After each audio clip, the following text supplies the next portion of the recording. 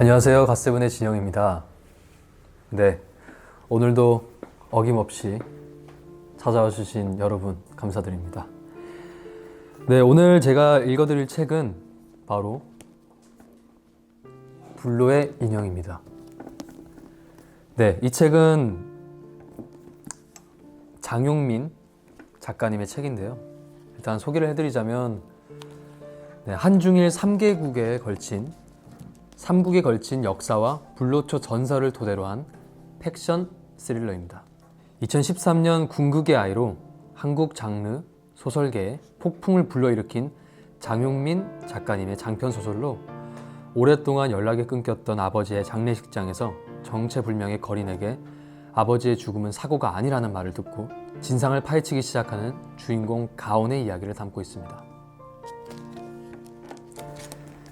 네, 읽어보도록 하겠습니다.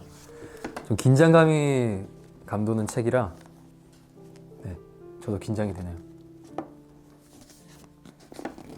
범증은 자타공인 당대 최고의 책략가였다. 오늘 회합에서 살아남기 위해선 그를 넘어야만 했다. 항왕, 충직한 신하 유방이 문안 인사 여쭈옵니다.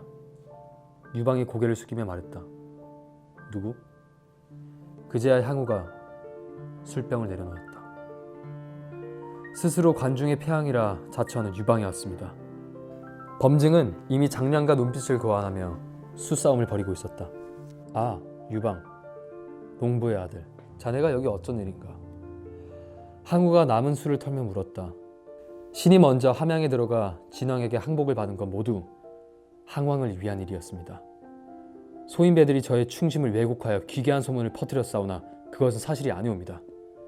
이제 함양을 폐하께 마치고 파상으로 물러나려 하오니 허락해 주시옵소서. 유방의 목소리가 차가운 대전벽을 타고 쩌렁쩌렁 울렸다. 그 자리 모든 사람이 항우의 대답을 기다리고 있었다. 항우는 눈을 감은 채 마지막 술잔의 뒷맛을 음미하고 있었다.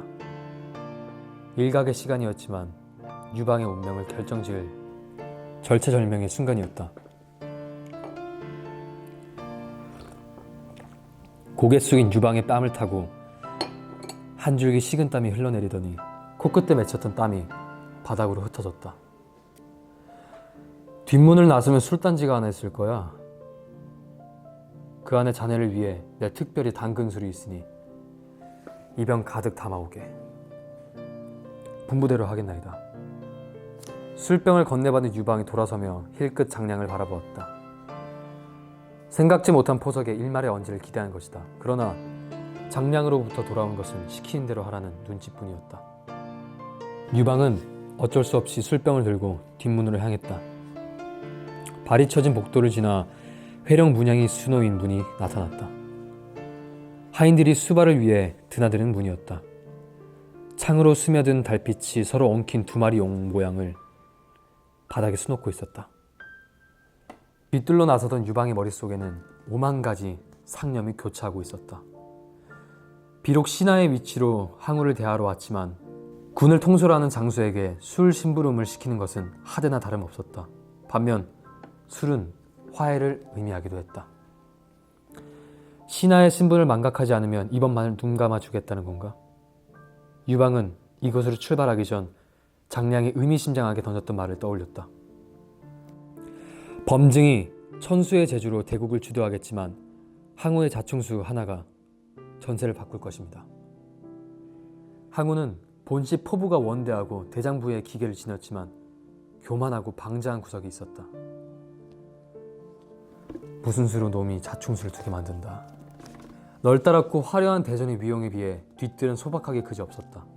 30평 남짓한 크기의 나지막한 벽돌 담장 위로 이제 막 든 금음달이 비스듬히 걸려 있었고 그 너머로 보초병 창날이 일정한 간격을 두고 교차했다. 술단지를 찾는 건 어렵지 않았다. 처마를 받치고 있던 기둥 아래 종이로 주둥이를 막은 단지가 놓여 있었다. 종이가 술에 변색되지 않는 것으로 미루어 담근 지 얼마 안 된 모양이었다. 유방은 종이를 걷어내고 단지 안을 살폈다.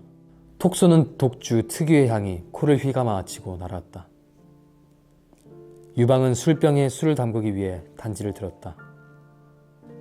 단지 안에는 묵직한 건더기가 들어있었다. 풍미를 위해 넣은 약초는 아니었다. 수박만한 크기의 둥근 물체였다. 유방은 달빛이 안에 고이도록 단지를 기울였다. 흐릿한 금음 달빛에 내용물이 어렴풋이 모습을 드러냈다. 헉! 순간 유방은 단지를 떨어뜨릴 뻔했다. 안에 든 건 다름 아닌 송이의 머리였다. 고통에 눈을 질끈 감은 송이 장군 머리가 피와 섞여 진득하게 변해버린 술 위에 둥둥 떠 있었다. 유방은 그제야 항우의 속내를 알 수 있었다.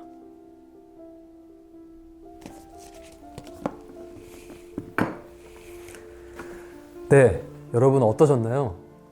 이렇게 복잡 미묘한 내용 괜찮으신가요? 이렇게 초안지나 삼국지처럼 세계관이 넓은 그런 류의 책을 좋아하신다면 추천드리고 싶습니다. 네, 저도 처음에는 내용이 어려워서 앞 내용을 다시 봤다 왔다 갔다 하면서 읽었는데요. 근데 저도 모르게 이 책 내용에 집중을 하게 되면서 시간 가는 줄 모르게 읽었던 기억이 있습니다.